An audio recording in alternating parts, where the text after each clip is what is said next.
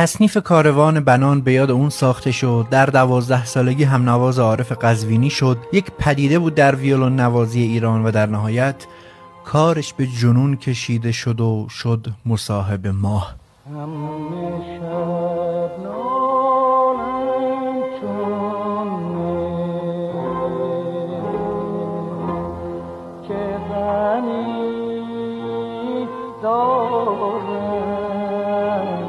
« 26 شهریور 1338 برنامه ای از رادیو ایران پخش میشه که تبدیل میشه به یکی از تاریخی ترین برنامه‌های گلها و البته موسیقی معاصر ایران. کاروان، یا اونطور که اکثرا میگن کاروان بنان، گلهای رنگارنگ 217 ب. اما این تصنیف چه ماجرایی پشتش بود و به یاد چه کسی ساخته شده بود؟ 25 شهریور سال 38 روزنامه روشنفکر خبر از اجرای یک برنامه خاص در گلهای رنگارنگ میده. این روزنامه به نقل از داوود پیرنیا می نویسه که این برنامه از بهترین و جالبترین برنامه‌های گل هاست که از هر حیث تازگی و اهمیت دارد. این برنامه اولین جاییه که آواز تاریخی دیلمان بنان هم از رادیو پخش میشه.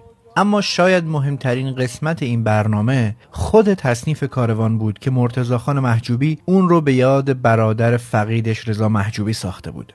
برادر مجنون مرتضی‌خان که 3 سال قبل تر از اجرای این برنامه از دنیا رفته بود، بهانه‌ای شده بود تا مرتضی محجوبی آهنگی به نام کاروان با شعری از رهی معیری بسازه و جواد معروفی اون رو تنظیم کنه تا با اجرای بنان تبدیل به یکی از ماندگارترین آثار موسیقی معاصر ایران باشه.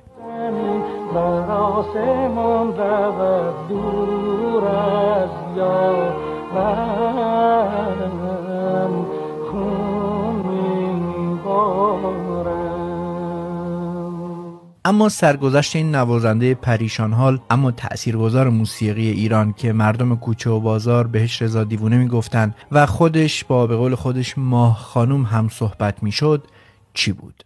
ویولن او به شما میگوید که ایرانی چه هنرمندان خلاق و عظیم دارد و موزیک ایران چه موزیک هنرکش. بشنوید، این است ویولن رضاخان من.